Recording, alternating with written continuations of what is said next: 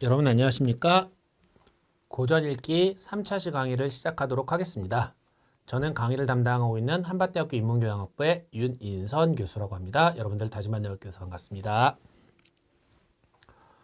우리가 고전 읽기 1차시와 2차시 강의를 진행하면서 여러분들께 어떤 고전 읽기에 대한 큰 틀을 많이 그려드렸던 것 같아요.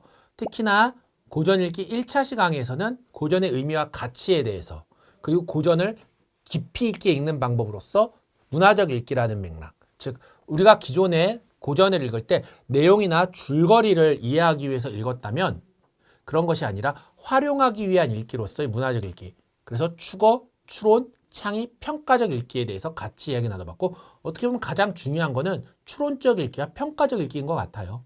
예, 그래서 새롭게 활용할 수 있는 방법들에 대해서 생각해 보았습니다. 그리고 그러한 맥락을 그대로 이어받아서 우리는 설화문학을 새롭게 읽고 활용해보자 라는 기조 아래서 삼국유사를 한번 같이 읽어봤습니다. 사실은 제가 2차시 강의를 마무리하면서도 여러분들께 말씀드렸지만 삼국유사는 제 강의 하나로만 끝낼 그런 텍스트는 절대 아닙니다. 꽤나 두꺼운 텍스트거든요. 여러분들이 하나하나 꼼꼼하게 읽어가시면서 그 삼국유사가 얼마만큼 재미있고 가치가 있는지 한번 빠져들 만한 텍스트라고 봅니다. 다만 삼국유사를 우리가 활용하면서 읽는다라고 얘기했을 때 저는 하나의 주제였던 귀신담을 하나의 주제로 여러분들께 이야기 나눴던 것 같아요.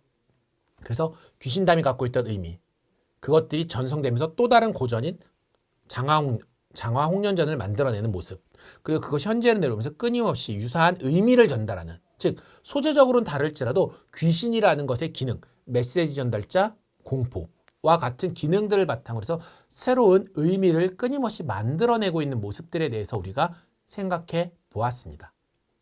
자, 그렇다면 이번 3차 시에서는요, 설화문학을 새롭게 읽고 활용하는 두 번째 시간으로서 여러분들께 지명전설에 대해서 같이 이야기 나눠보려고 합니다.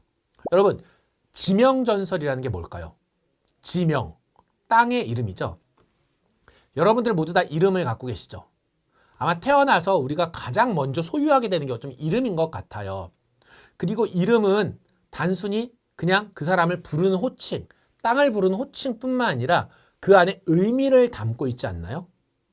저 같은 경우는 이름이 윤인선입니다. 한자로 얘기하면 인자는요, 호랑이 인자에 착할 선자입니다. 그래서 제 이름을 풀어서 얘기하면 뭐가 되죠? 착한 호랑이라는 뜻이 되죠. 예, 우리는 대전에 살고 있습니다. 대전은 땅 이름을 풀면 큰 대자에 밭 전자, 큰 밭이다 라는 의미를 갖고 있죠. 즉 모두가 다 이름을 갖고 있고 그 이름엔 의미가 담겨져 있고 그 의미는 어떠한 이야기로서 다가오지 않나요? 가령 예를 들면 저는 착한 호랑이라는 것을 할 때 그냥 착한 호랑이면 어떻다라는, 호랑이가 착하니까 어떨 것 같다라는 우리 이미지, 그 이미지가 풍겨내는 이야기가 있는 것 같습니다. 어떻게 보면 지명전설이라는 건 땅의 이름에 얽힌 이미지, 땅의 이름에 담겨진 하나의 스토리를 우리가 의미를 파악하고 그걸 어떻게 활용할 수 있는지를 생각해보는 시간이 될 것 같습니다. 그래서 오늘 강의에서는요, 지명전설의 특징과 가치에 대해 이야기해 보려고 하고, 두 번째로는 지명전설이 중에 광포전설이라는 게 있습니다. 즉 널리 퍼져 있는 보편적인 전설이라는 게 있는데 그게 바로 황지가 아니라 황지의 장자못 전설, 특히나 황지라는 지역에 있던 장자못이라는 게 상당히 광포전설인데요. 그런 황지 장자못 전설을 통해서 광포전설로서의 어떤 지명전설의 특징을 한번 같이 생각해 보려고 합니다. 그리고 나서는요, 이 장자못 전설 우리가 고전이니까 읽으면서 새롭게 활용할 수 있는, 새롭게 가치 있게 바꿔나갈 수 있는 방법이 뭐가 있을까에 대해서 여러분들과 함께 이야기 나눠보도록 하겠습니다. 자, 그럼 본격적으로 3차시 설화문학을 새롭게 읽고 활용하기 지명전설편 시작하도록 하겠습니다. 여러분, 지난 시간 삼국유사 때도 그랬고 이번 시간 지명전설 때도 그랬고 제가 앞에다가 내세웠던 장르가 있어요. 고전문학 장르. 뭐죠? 설화입니다. 설화. 설화라는 건 기본적으로 구비문학이라고 얘기해요. 그래서 입에서 입으로 전승되어 오는 이야기들이라고 얘기합니다. 그랬을 때 일반적으로 구비문학, 설화는 신화, 전설, 민담이라는 3분 체계로 나누어져 있습니다. 뭐로 나눠져 있다고 여러분? 신화, 전설, 민담 이러한 것을 통틀어서 우리는 구비문학 혹은 설화이다라고 이야기를 합니다. 그랬을 때 신화는 뭐죠? 말 그대로 신들에 대한 이야기. 근데 단순히 신들에 대한 이야기라고 얘기하면 안 돼요. 신화는 신들의 기원에 대한 이야기예요. 그래서 어떠한 신이 어떻게 태어났고 신들이 어떻게 좌장됐는가에 대한 이야기들, 나라가 만들었던 그 신이 어떻게 만들어졌는가에 대한 이야기. 그래서 우리는 흔히 신화를 다른 말로 본풀이라고도 합니다. 근본을 풀어가는 이야기이다 라고 우리는 얘기할 수 있어요. 그래서 신화라는 것, 설화체계에서 신화라는 건 신에 대한 이야기, 본을 풀어가는 이야기이다 라고 여러분들께 말씀드릴 수 있을 것 같습니다. 다음 두 번째로 전설이 있습니다. 신화는 말 그대로 신들에 대한 이야기로서 조금 허구적인 이야기라는 특징을 지니고 있어요. 하지만 전설은요, 신화와는 다르게 기원에 대한 이야기이긴 한데 그 기원에 증거물이 있습니다. 예를 들어서 지명전설이라고 하면 지명이 어떻게 만들어졌는가, 그 지명이 왜 그렇게 불렸는가에 대한 이야기지만 동시에 그 근본이라든가 어떤 근거가 존재합니다. 그래서 지명에 보면 예를 들면 이 지명이 호랑이 땅이다 라고 하면 예를 들면 대전 옆에 공주가 있죠. 공주에 곰나루가 있습니다. 곰나루 전설이라는 건 곰나루 전설에 가보면 꼭 곰 모양에 닮은 돌이나 비석들이 이렇게 새겨져 있거든요. 그러한 방식으로 어떤 증거물이 있는 설화 이야기를 전설이라고 이야기합니다. 그래서 신화는 신들에 대한 이야기, 허구적이고 어떤 초월적인 신의 근원이나 본을 푸는 이야기라면 전설은 어떤 대상에 대한 이야기, 근본에 대한 이야기이긴 하지만 구체적인 증거물이 존재하는 이야기이다 라고 말씀드릴 수 있습니다. 끝으로 민담이라는 건 신화와 전설과 다르게 그냥 일반적으로 통용되는 재미있는 이야기들, 설화, 입에서 입으로 전승되는 일반적인 재미있는 이야기들 우리는 민담이라고 부릅니다. 그래서 신화, 전설, 민담이라는 설화의 3분 체계가 존재합니다. 그랬을 때 오늘 고전 읽기 강의에서는 여러분들과 전설에 대해서 한번 초점을 맞춰서 이야기를 나눠보려고 합니다. 특히나 전설은 아까도 말씀드렸지만 어떤 근거, 어떤 대상에 대한 이야기를 풀어갈 때 예를 들면 뭐 지명전설도 있을 수 있고요. 어떤 사람에 대한 이름, 영웅에 대한 전설이 있을 수 있죠. 아니면 나루토도 있을 수 있고 다양한 전설들이 존재할 수 있는데 그 전설에는 모두가 다 근거가 존재하고 있어요. 즉 지표가 존재한다는 거죠. 그런 맥락에서 지명전설이라는 거는요. 지명, 장소라는 것에 의미를 부여하고 장소가 지닌 정보를 소통해 나가는 이야기이다. 가령 예를 들면 보문산에 어떤 비석이 있어요. 그 비석에 대한 지명전설이 있어요.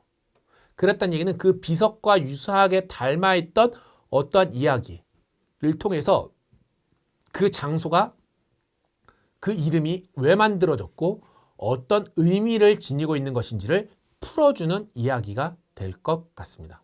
그래서 지명이라는 건 장소에 의미를 부여하고 장소가 지닌 정보를 소통해 나가는 이야기입니다. 분명 여러분 아까 말씀드렸듯이 설화, 신화, 전설, 민담 모두가 다 허구적인 이야기예요. 역사는 아니잖아요. 하지만 이런 지명전설은 장소에 대한 어떤 지표, 근거가 있기 때문에 단순한 허구적인 이야기를 넘어서서 어떤 그 장소가 지니고 있는 인문지리적인 정보를 소통하는 미디어로서의 역할을 합니다. 가령 예를 들면 어떤 장소에 어떤 뭐 호랑이 바위가 있었다라고 하면 그 바위 모양이 단순히 호랑이와 닮았다는 것뿐만 아니라 그 이야기를 구성하는 과정에서 그 장소가 호랑이와 어떤 식으로 연관이 있는지를 이야기가 담고 있고 그러한 정보를 고전으로서 과거로부터 현재까지 끊임없이 전달해 나아가는 역할을 합니다. 그래서 지명전설이라는 걸 우리는 다른 말로 현대적으로 풀면 인문지리적 미디어다 라고까지 표현하곤 합니다. 이거는 제가 쓴 표현은 아니고요. 안동대학교를 퇴직하신 임재혜 교수님께서 지명전설을 평가할 때 인문지리적 미디어이다 라고 평가하시곤 합니다. 그래서 지명전설의 특징으로서 가장 우리가 주목해 볼 만한 지점은 바로 인문지리적 미디어이다 라는 지점을 우리는 주목하고 초점해 볼 필요가 있는 것 같습니다. 그래서 결국 우리는 지명전설을 읽음으로써 그냥 재밌네, 이 공간이 이런 뜻이 있었어 라는 것뿐만 아니라 그 공간이 지니고 있던 어떤 정보, 이야기로서 만들어진 정보를 소통해 나아가는 그러한 역할도 하고 있다라고 우리는 생각해 볼 수 있을 것 같습니다. 자, 이러한 전설의 특징을 바탕으로 해서 이제 본격적으로 여러분들과 황지 장자못 전설을 이야기해 보려고 합니다. 자, 여러분, 근데 여기서 중요한 게 하나가 있어요. 전설은, 특히나 지명전설은 특정한 장소, 그 장소에 대한 이야기라고 했잖아요. 그리고 그 장소에 근거가 있다고 그랬죠. 그렇기 때문에 보편적일까요? 특수할까요? 어떨 것 같아요, 여러분? 지명전설은 보편성이 강할까요? 특수성이 강할까요? 일면 얼핏 생각해보면 특수성이 강할 수밖에 없어 보여요. 왜죠? 증거가 있다고 그랬죠. 예를 들어서 우리 집 앞에 있는 호랑이 바위가 저기 충청도에 있을 수도 없고 저쪽 뭐 미국에 있을 수는 없잖아요. 그 지역에만 있는 그 호랑이 바위에 대한 이야기잖아요. 그 기원에 대한 이야기잖아요. 그렇기 때문에 특수성을 지닐 수밖에 없습니다. 그런데요. 오늘 우리가 같이 이 고전 읽기 시간에 살펴볼 장자못 전설은요. 보편성을 지니고 있어요. 무슨 뜻이냐? 장자못이라는 기본적인 전설 체계는요. 전 세계적으로 보편성을 지니고 있는 광포 전설입니다. 여러분, 소돔과 고무라 아세요? 뭔가 이렇게 뒤에서 무너지는데 뒤돌아봤다 돌이 된 얘기. 그 얘기가 장자못이거든요. 미국에도 있고 외국에도 있습니다. 유럽에도 있어요. 게다가 우리나라에서도요. 이 장자못 유형의 전설이 강릉, 의정부, 제천, 태백을 비롯한 제가 조사한 것만으로도 이런 5군데가 넘는 다양한 지역에서 보편적으로 나타납니다. 되게 아이러니하죠. 지명전설이라는 건 지명에 대한 특수성을 지니고 있는데 그것이 역설적으로 보편성을 지니고 있는. 그래서 황지 장자못 전설은 장자못, 즉 무언가 이렇게 도망가죠. 장자못 전설의 기본적인 스토리 라인은 그거거든요. 악행을 저질렀던 사람이 있어요. 그 사람이 어떤 도수를 신통한 사람한테 악행을 저질러요. 그래서 그 지역을 파멸시키기로 해, 신통한 사람이. 그런데 그 사람을 도와줬던 사람이 있어요. 그래서 그 사람에게 다 신통한 사람이 그 사람을 받아서 곧 이 지역을 망하니 도망가라. 대신 어떤 소리가 들려도 뒤돌아보지 마라. 라고 해서 도망을 가요. 근데 마음 약한 그 도망가던 사람은 뒤에서 쿵쿵쿵쿵 우르렁쾅쾅 소리가 들리니까 뒤를 돌아보죠. 그래서 돌로 변했다. 라는 전설입니다. 엄청나게 많은 전설이. 그런 보편성을 지닌 장자못 전설이 특수성. 황지는 강원도 태백에 있는 한 장소거든요. 강원도 태백에 있는 낙동강이 원류가 되는 지역과 만나면서 보편성과 특수성을 같이 지닌 하나의 전설로서 탄생하게 됩니다. 그래서 이런 황지 장자못 전설 어떤 스토리인지 여러분들께 지금부터 한번 설명을 들어보도록 하겠습니다. 황지 장자목 전설은 크게 7가지 스토리 라인을 지니고 있는데요. 첫 번째, 이런 줄거리는 이렇습니다. 옛날 어떤 마을에요. 아주 인색한 장자, 황부자가 살고 있었어요. 그러던 어느 날 도승이, 아주 유능한 도승이 시주를 하러 왔어요. 시주를 하러 왔는데 장자, 황부자가 그걸 보고 곱게 시주해주지 않았겠죠. 그래서 쇠똥을 시주 바구니에 넣어서 내쫓습니다. 도승이 아주 화가 났겠죠. 씩씩 화가 나 있는데 며느리가, 그걸 본 며느리가 도승한테 가서 아유 죄송합니다. 저희 시아버지가 잘못했어요. 라고 사과하면서 쌀을 시주해요. 그걸 보고 나서 이제 도승이 결심을 합니다. 내 이 집을 물바다로 만들 거야. 물로 가라앉히겠다. 그러니까 도승은 며느리에게 집을 떠나라. 대신에 무슨 일이 있어도 뒤를 돌아보지 말고 무조건 앞만 보고 뛰어가라. 라고 말을 합니다. 며느리가 그 말을 듣고 앞만 보고 도망가죠. 근데 뒤에서 쿵쿵쾅쾅쾅쾅 소리가 들리니까 놀라서 뒤를 딱 돌아봤더니 집터가, 황부자의 집터가 함몰되고 연못이 돼 있어요. 근데 문제는 돌아보지 말라는데 돌아봤잖아요. 그래서 며느리는 그 자리에서 돌이 돼버립니다. 그리고 지금도 그 연못, 집터가 가라앉았던 연못과 황부자의 연못이라고 해서 황지라는 연못과 도망가던 며느리가 뒤를 돌아봤던 연못이 남아있다. 라는 겁니다. 그래서 황지라는 연못이 어떻게 만들어졌는가, 그리고 며느리 황지에서 물과 얼마 떨어져 있지 않은 며느리 바위가 어떻게 만들어졌는가에 대한 기원을 설명하고 있는 게 바로 이 황지 장자못 전설입니다. 다시 정리해드리면 옛날 어떤 마을에 인색한 장자가 살았고요. 어느 날 도승이 와서 시주를 하는데 장자가 쇠똥을 내주고 내쫓았고요. 며느리가 도승에게 사과하고 쌀을 시주했고요. 이에 도승은 며느리에게 집을 떠나되 무슨 일이 있어도 뒤돌아보지 말라고 얘기했고요. 며느리가 그렇게 해서 도망을 가다 큰 소리가 놀라 집을 돌아봤더니 집터가 함몰돼 있었고 연못이 돼 있었고요. 지금 근데 그걸 돌아봤기 때문에 며느리는 그 자리에 돌이 됐고 지금도 연못, 황부자의 연못이라는 뜻에서 황지와 며느리가 돌아왔던 돌이 남아있다라고 얘기합니다. 자, 어떻게 보면 황지잠자못 전설은 두 가지 지명에 대한 기원을 담고 있어요. 황지연못이라는 것과 며느리바위에 대한 연못입니다. 자, 여러분 지금 제가 황지연못과 며느리바위 사진을 보여드렸는데요. 어때요? 황지연못은 진짜 사실적인 장소 아니에요? 실제 연못이고 이 황부자의 집터인 것처럼 보이는 큰 연못 세 가지가 있는 것입니다. 즉 사실성이 장소예요. 근데 여러분 지금 여기 보이는 며느리바위 어때요? 이거 진짜 며느리처럼 보이세요? 저는 사실은 제가 이 강의를 준비하면서 강원도 태백 황지에 답사를 갔다 왔어요. 답사를 가서 이 사진을 막 찍는데 처음에 되게 고민했어요. 며느리바위가 어딨지? 며느리바위가 어딨지? 며느리바위야, 며느리바위야. 엄청 찾는데 저게 며느리바위라고 사람들이 알려주더라고요. 앞만 봐도 며느리바위처럼 안 보여요. 촛불처럼도 보이고요. 하지만 이 전설의 세계관 안에서 이 바위는 며느리바위가 됩니다. 즉 허구성이 장소이죠. 즉 황지장자못 전설은 황지 연못에 대한 즉 사실성의 장소에 대한 기원과 함께 며느리바위, 허구성 이건 며느리라고 얘기해도 되고 아니라고 얘기해도 되지만 어쨌든 이름을 며느리라고 붙인 며느리바위에 대한 허구성의 장소 이 사실과 허구성에 대한 이야기가 공존하면서 이 전못의 기원을 설명해 주고 있습니다. 그리고 인문지리적 정보를 제공해 주죠. 어떤 정보를 제공해 주느냐? 제가 아까 말씀드렸죠. 전설은 인문지리적 미디어의 기능을 한다. 사실은 이 황지가요. 단순한 연못이 아니에요. 여기서 보면은 제가 단순하게 짧게 말씀드렸지만 황부자가 살던 곳은요. 가장 큰 땅이었고요. 가장 큰 집이었어요. 그 집 전체가 연못이 됐어요. 그랬다는 얘기는 연못이 어떻다는 얘기죠? 엄청나게 크겠죠. 그리고 황부자는요. 단순히 부자가 아니라 그 낙동강까지 이어지는 어떤 물줄기, 그 원료의 최고의 부자였어요. 그런데 그 집이 연못이 됐으니까 어떨까요? 낙동강까지 쭉 이어지게 그 물이 닿겠죠. 실제로 이 황지는요. 황지 장자못은요. 낙동강이 원류가 되는 지역이에요. 그래서 이 전설을 읽다 보면 결국 황지 연못에 대한 전설은 낙동강의 원류가 되는 황지 연못이라는 것에 대한 사실성의 정보를 제공하고 있어요. 그와 동시에 며느리바위라는 허구를 통해서 어떤 이야기의 의미도 제공하고 있죠. 어떤 의미일까요? 착하게 살아라. 그리고 금기를 위반하지 마라.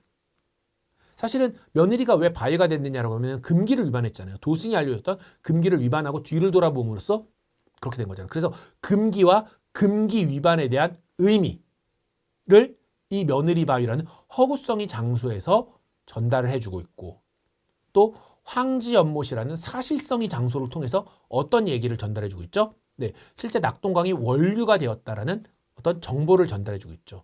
즉 장자못 전설은 단순히 그냥 지역에 대한 이야기가 아니라 보편적인 황자못 전설에 대한 이야기를 통해서 황지 장자못 전설은 황지에 대한 사실성의 정보 그리고 며느리바위를 통한 어떤 이야기의 의미 금기와 금기 위반을 바탕으로 한 의미를 두 가지를 동시에 제공해주고 있는 그러한 전설이라고 볼 수 있습니다. 그리고 인문지리적 미디어라는 건 결국 이렇게 인문학적인 사실뿐만 아니라 의미론적 가치까지도 전달해주는 그러한 이야기다라고. 그래서 우리는 이러한 전설을 인문지리적 미디어로서도 평가하고 있습니다. 자, 여러분, 이러한 황지 장자못 전설. 그냥 여기서 끝나면은 그냥 우리는 장자못 전설에 가서 황지 연못에 가서 요건 역동강의 원류 며느리 밟으면서 금기 위반하지 말자라는 걸 이해하고 그냥 그런가 보다 하고 끝날 수도 있겠죠. 하지만 우리는 설화를 끊임없이 활용해야 되잖아요. 어떤 식으로 실제로 활용하고 있을까요? 황지 장자못 전설은 황지 연못에서는요. 이런 장자못 전설을 이렇게 이야기 공원으로서 서사를 시각화시켜 놨습니다.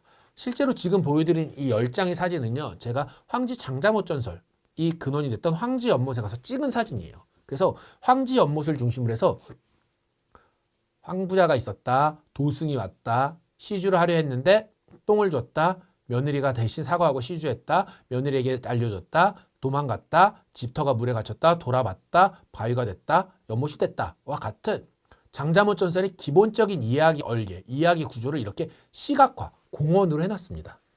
그래서 사람들이 황지 연못을 갔을 때 그냥 청량하고 그냥 물 근원이 연못이 아니라 마치 시민공원처럼 되어 있어요.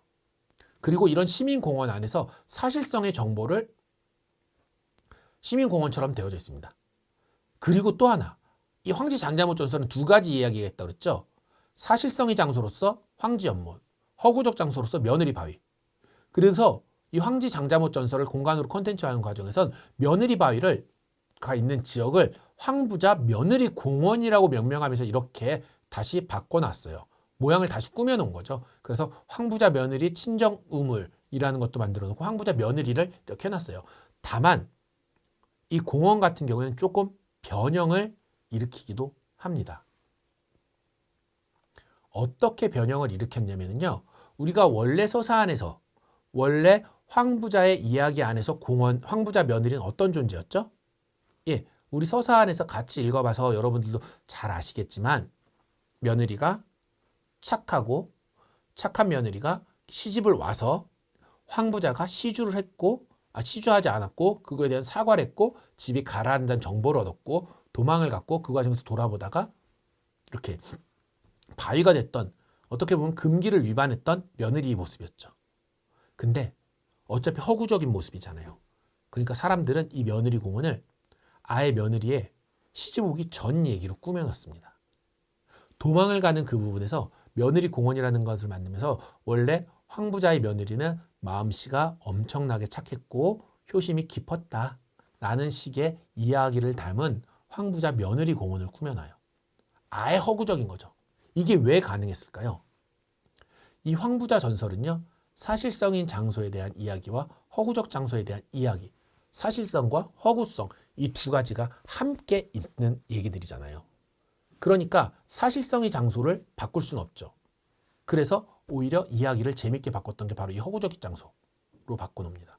그리고 실제로 사실적인 장소라고 얘기할 수 있는 황지연못은요. 지금 보이는 이 사진처럼 낙동강의 발원지 황지라는 발원지 비석과 황지연못이 여기서 보시면 아시겠지만 되게 크죠. 황부자 집터를 상지, 중지, 하지로 나누어서 황부자의 집터, 황부자의 무슨 어디터, 황부자의 무슨 터라고 나눠서 이렇게 공원화 시켜놨어요. 다만 이거는 사실성의 장소이기 때문에 이야기에서 만들어진 부분, 이러이러하게 해서 연못이 됐다라는 그 얘기를 변형하지는 못합니다. 하지만 며느리 바위는 허구성의 장소잖아요. 여기다가 며느리라고 해도 되고 촛불이라고 해도 되고 이야기를 짓기 나름 아니겠어요? 그러니까 이 며느리 부분은 사실은 좀 더 의미를 더 배가시킬 수 있는 방식으로 어떻게? 며느리가 단순히 돌아와서 돌이 됐다가 아니라 어떤 며느리였는가? 마음씨 착하고 심품 곱고 평소부터 착했던 며느리였다라는 방식으로 이야기를 만들어서 공원화 시켜놓습니다. 다시 말씀드리면 이 황지 장자목 전설은 사실성에 대한 이야기와 허구성에 대한 이야기 이 둘을 상호작용하면서 사실성의 공간으로 또 하나는 허구성의 공간으로 만들고 사실성의 공간에서는 바로 이 사진에서처럼 낙동강의 발원지, 황부자 집터였던 상지와 같은 사실성의 의미를 고착화시킬 수 있는 방식으로 컨텐츠를 기획해서 만들어내고 있고요. 다음, 허구성의 장소에서는요. 어차피 며느리에 대한 이야기, 며느리에 대한 바위는 허구적인 얘기고 허구적 장소잖아요. 그러니까 아예 그리고 다만 이 며느리 이야기는 교훈을 주는 거잖아요. 자, 인문지리적 미디어라고 했을 때 사실적인 장소에서는 지리에 대한 정보를 주는 거고 며느리 바위, 황지연못은 죄송합니다. 인문지리적 정보라고 했을 때 황지연못은 정소에 대한 정보를 주는 사실성인 측면이었고 며느리 바위는 서사를 통해 의미나 교훈을 주는 측면이었잖아요. 그렇기 때문에 의미나 교훈을 줄 수 있는 부분은 오히려 더 강조해서 이렇게 황부자 며느리 공원이라는 맥락으로 새롭게 꾸며서 만들어낼 수 있는 것을 우리는 찾아볼 수 있습니다. 이처럼 지명전설이라는 거는요. 지명에 대한 이야기지만 그리고 전설이라는 특징으로서 어떤 그 장소에 대한 근거가 지니고 있는 것이지만요. 이러한 맥락 안에서 결국은 장소에 대한 근거는 사실과 허구라는 두 가지가 상호작용하고 있는 양상이고요. 그렇게 사실성과 허구성이 상호작용하는 것을 컨텐츠화, 즉 우리가 활용한다고 얘기했을 때 사실성에서는 어떻게 장소의 의미를 고착하고 장소성을 강조하는 방식으로 허구성에 대한 얘기는 며느리 서사를 조금 더 전형적으로 보여줄 수 있는 어떤 며느리였느냐라고 하면 그냥 돌아보다 돌이 됐다, 뒤돌아봐서 돌이 됐다라는 며느리가 아니라 원래 성품이 이렇게 착했는데 그런 착한 며느리가 금기를 위해서 돌이 됐어라고 어떤 의미를 더 극대화시키고 배가시킬 수 있는 방식으로 변형하는 모습을 보여주고 있다는 거죠. 그래서 결국 이러한 장자못 전설과 같이 전설을 컨텐츠화한다. 전설의 의미를 우리가 현대적으로 활용한다고 얘기했을 때 두 가지 측면으로 분류할 필요가 있다는 거예요. 첫 번째, 장소의 사실성. 두 번째, 허구성. 그리고 이러한 사실성과 허구성이 상호작용하는 공간. 이랬을 때 사실성에서는 장소성을 더욱 강조하는 방식으로, 허구성에서는 그 허구적인 이야기의 의미를 극대화시킬 수 있는 방법으로 우리가 공간 콘텐츠를 재구성해서 나타낼 수 있다는 겁니다. 그래서 우리가 세 번째 3차 시에서 알아봤던 이 인문지리적 미디어로서 지명전설, 그리고 그 안에서 같이 읽어봤던 황지 장자못 전설에서는요, 특수성과 보편성, 사실성과 허구성이라는 것을 어떻게 상호작용하면서 우리가 고전의 의미를 새롭게 재창조할 수 있는가에 대해서 한 번쯤 여러분들이 화두로서 살펴볼 수 있었으면 좋겠습니다. 아시겠죠? 네, 좋습니다. 그럼 우리 다음 시간에 뵙도록 하겠습니다. 여러분 수고 많이 하셨습니다. 감사합니다.